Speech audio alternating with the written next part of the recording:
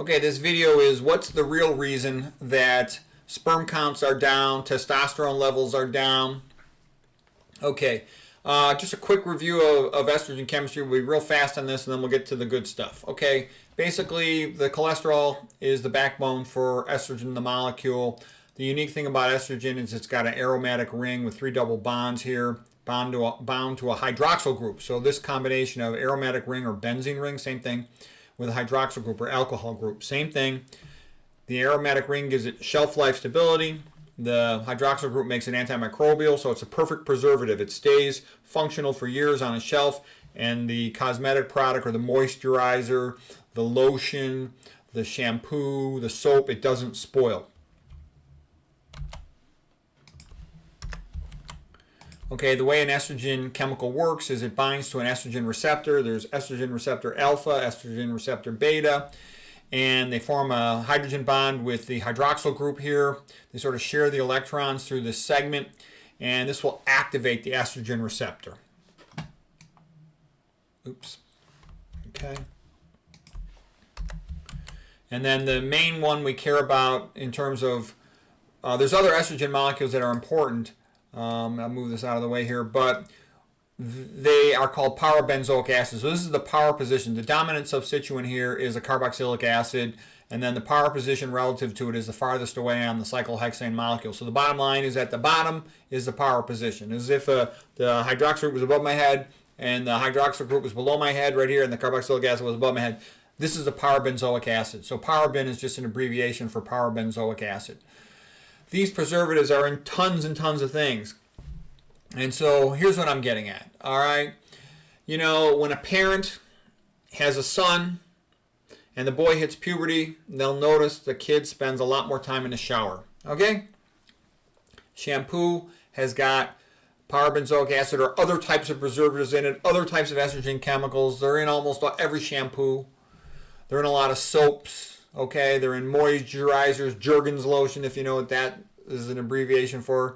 They're in all these cosmetic products, okay? There's tons of them. Okay, so what I'm getting at is when you have direct application onto the skin, they're transdermally absorbed. So if they're getting down around the Johnson and the cojones, there's going to be a higher level of estrogen in that vicinity.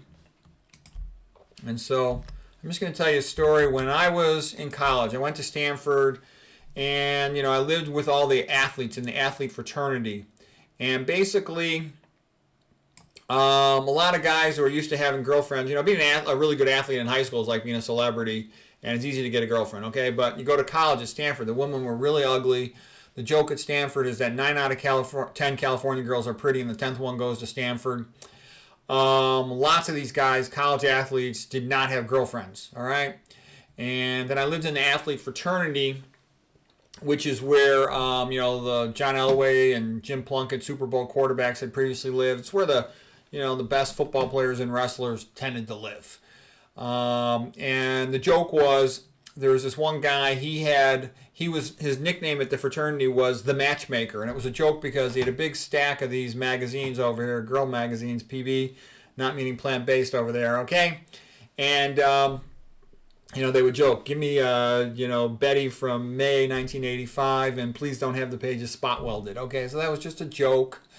So anyways, I'm over there one night, and in his room, we were sitting around talking. We had ordered a pizza, Domino's pizza or something, and for some reason they forgot to give us napkins.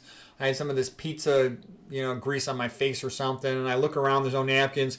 I see a towel on the ground, so I just grab the towel, wipe my face, and this guy, the matchmaker, he says to me, "Dude, what are you doing with my spank rag?" And so I'm kind of joking on all this, but what I was getting at here is men have definitely lowered sperm counts and lowered testosterone levels, and part of it, I think, is rubbing these estrogen chemicals on their private parts, but there's more to it. A lot of these guys are putting their cell phone in their front pocket. It's a low-power microwave transmitter. It's microwaving their balls all day, and then they're sitting there with their laptop computers on their lap, microwaving their cojones all day long. Plus all the estrogens they're exposed to in their tap water if they're not carbon filtering their water. All the estrogens in the meat, the way meat and processed food change gut flora to raise estrogen levels. The beer is estrogenic.